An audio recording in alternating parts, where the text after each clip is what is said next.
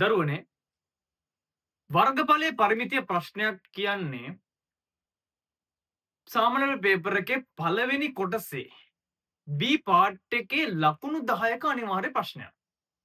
පුතේ මම ඔයාලට දාලා තිබ්බා මගේ පේජ් එකේ මේ වර්ගඵලයේ පරිමිතිය ආශ්‍රිත ප්‍රශ්නයක්.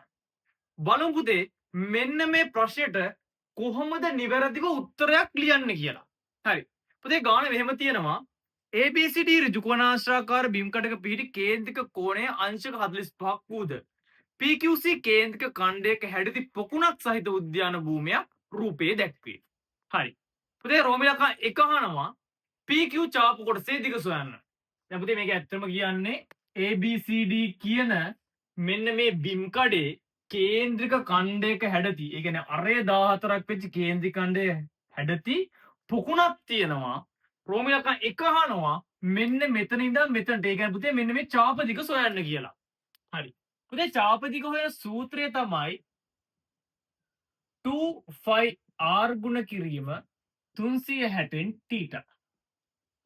2π කියන්නේ 7න් 22යි r කියන්නේ 14යි ගුණ කිරීම 360න් 45යි. හරි. දරුවනේ මේක මම ලස්සනට සරල කරලා ගන්නම්. 2π කියන්නේ 7න් 22යි 14 ගුණ කිරීම 8න් 1යි. 7 වරක් 1යි 7 වරක් 2යි. දෙවරක් 1යි දෙවරක් 4යි. දෙවරක් 1යි දෙවරක් 2යි.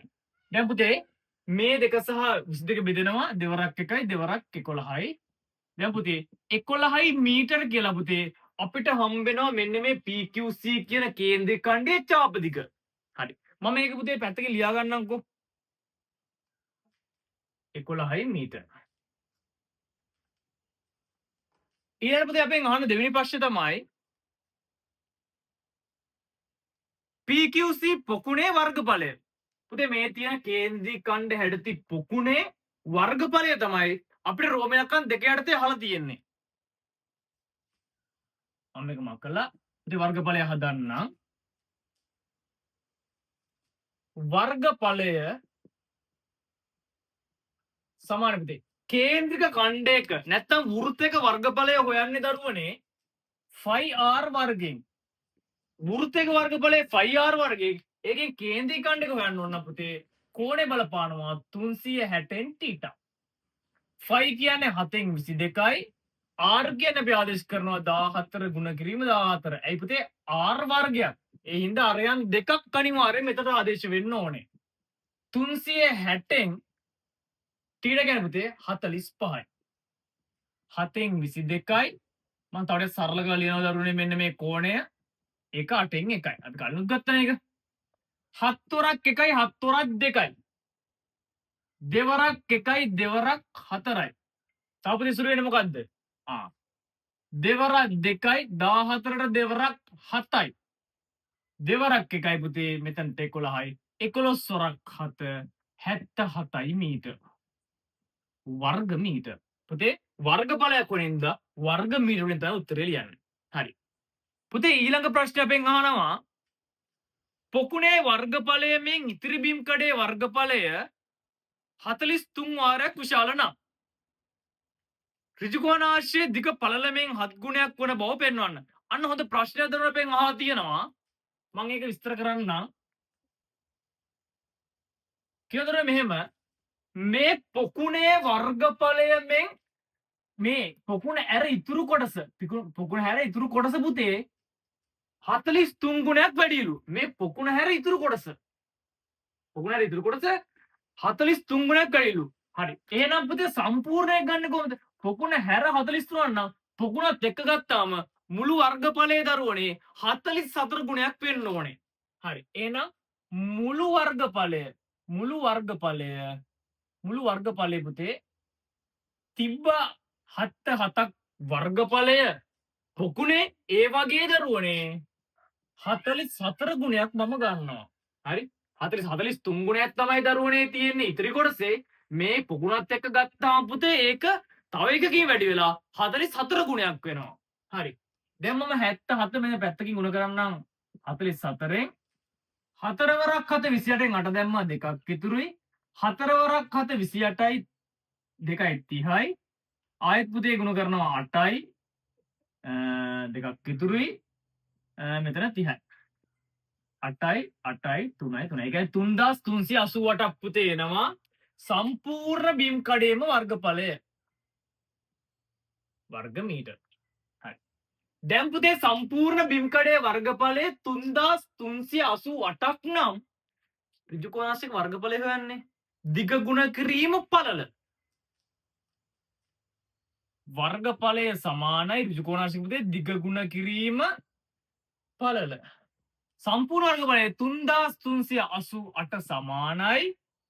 මෙතනින් පුතේ යනවා අපිට දිග කියන එක අපි හොයාගන්න ඕනේ පළල 22යි. දැන් දරුවනේ දෙපැත්තම 22කින් බෙදමු.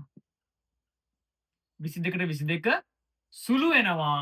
පුතේ දිග කියන එකට අපිට උත්තරයක් එනවා 154යි මීටර් කියලා.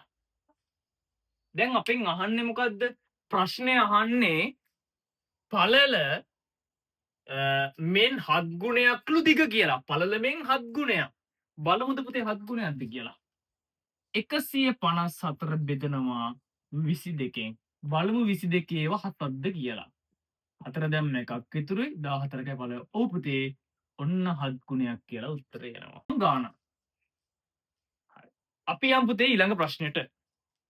පොකුණ හැර ඉතිරි බිම් කඩෙහි පරිමිතිය සොයන්න. හරි. මම දරුවනේ මේක මකනවා. ඒ කියන්නේ මෙන්න මේ පොකුණ තියලා ඉතුරු බිම් කොටසේ පරිමිතිය. මම දරුවනේ මේක ලේසි වෙන්න මම පොඩ්ඩක් මෙන්න මේ හරිය මකනවා. හොඳට බලා ගන්න කට්ටියම. අන්න දැන් ඔය කොටස වටේම ගිය පස්සේ දරුවනේ ඒ එන පරිමිතියේ ඒ එන දිගවල් වල එකතුව තමයි පරිමිතියට ගන්න ඕනේ. හරි. දැන් මෙතන 154යි කියලා පුතේ අපි හොයාගත්තා. මෙතන 22යි මීටර නම් මෙතනත් 22යි මීටර. කියන්නේ AD දිග 22යි මීටර. සම්පූර්ණ දිග 154යි. ඒකෙන් මේ 14 අයින් වුණාම පුතේ 140යි මීටර. දැන් දරුවනේ අපි හැම කොටසකම දිග දන්නවා. එහෙනම් සම්පූර්ණ දිග එකතු කරමු. මෙන්න පුතේ පරිමිතිය සමානයි 154 එකතු කිරීම 22 එකතු කිරීම 14යි මීටර එකතු කිරීම මම යටින් ලියන්න 11යි මීටර එකතු කිරීම 140යි මීටර එකතු කිරීම 22යි මීටර. හරි.